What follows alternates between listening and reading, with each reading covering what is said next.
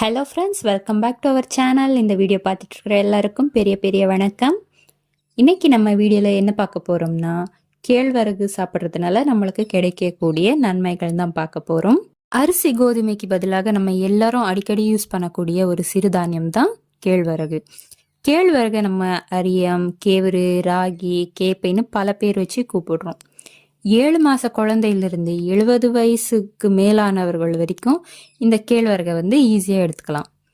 மற்ற சிறுதானியத்தை விட இந்த கேழ்வரகுல calcium, phosphorus, iron, protein, dietary fibre போன்ற பல விட்டமின் சத்துக்கள் இருக்கு. மற்றும் ஆன்டி ஆக்சிடென்ட் சத்துக்களும் நிறைஞ்சிருக்கு. இந்த கேழ்வரகு சாப்பிட்றதுனால நம்ம உடம்புக்கு கிடைக்கக்கூடிய நன்மைகள் தான் பார்க்க போறோம். இந்த வீடியோ பிடிச்சிருந்தா லைக் பண்ணுங்க, சேனலை சப்ஸ்கிரைப் பண்ணிக்கோங்க. வாங்க வீடியோக்குள்ள போகலாம். முதலாவது, எலும்புகளுக்கு வலிமை தரும். எலும்புகளுக்கு பலம் தரக்கூடிய கால்சியம் சத்து இந்த கேழ்வரகுல நிறையவே இருக்கு. 100 கிராம் கேழ்வரகுல 344 மில்லிகிராம் அளவுக்கு கால்சியம் சத்து இருக்கு. இதனால நம்மளுக்கு எலும்பு தேய்மானம் வர்றது குறையும். முட்டி வலி, கை கால் வலி வர்றதும் குறையும். எலும்பு சம்பந்தமான எந்த பிரச்சனையும் வராம தடுக்கும். 2வது, சர்க்கரை நோய்களுக்கு நல்லது. சர்க்கரை நோயாளிகளுக்கு அரிசி கோதுமைக்கு பதிலாக டாக்டர்ஸ் ரெஃபர் பண்ணக்கூடிய ஒரு சிறுதானியம் தான் கேழ்வரகு. கேழ்வரகுல இருக்கக்கூடிய அதிகமான நார்ச்சத்துனால நம்ம சாப்பிடக்கூடிய உணவுல கார்போஹைட்ரேட் எனும் மாவுச்சத்து நம்மளுக்கு ஜீரணமாகக்கூடிய வேகத்தை குறைக்கும். இது மூலியமா தான் நம்மளுக்கு ரத்த சர்க்கரையோட அளவு அதிகரிக்கிறது. ஆனா நம்ம இந்த கேழ்வரகு சாப்பிட்றதுனால நம்மளுக்கு ரத்த சர்க்கரை நோய் அளவு குறையும்.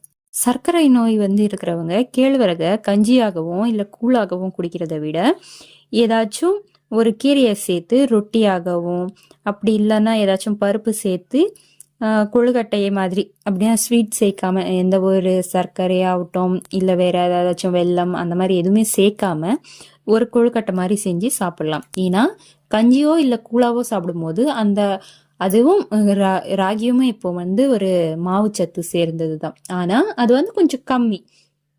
நம்ம அப்படியே டைரக்டா சேர்க்கறதுனால நம்மளுக்கு ஈஸியா சுகர் லெவல் இன்க்ரீஸ் ஆகும்.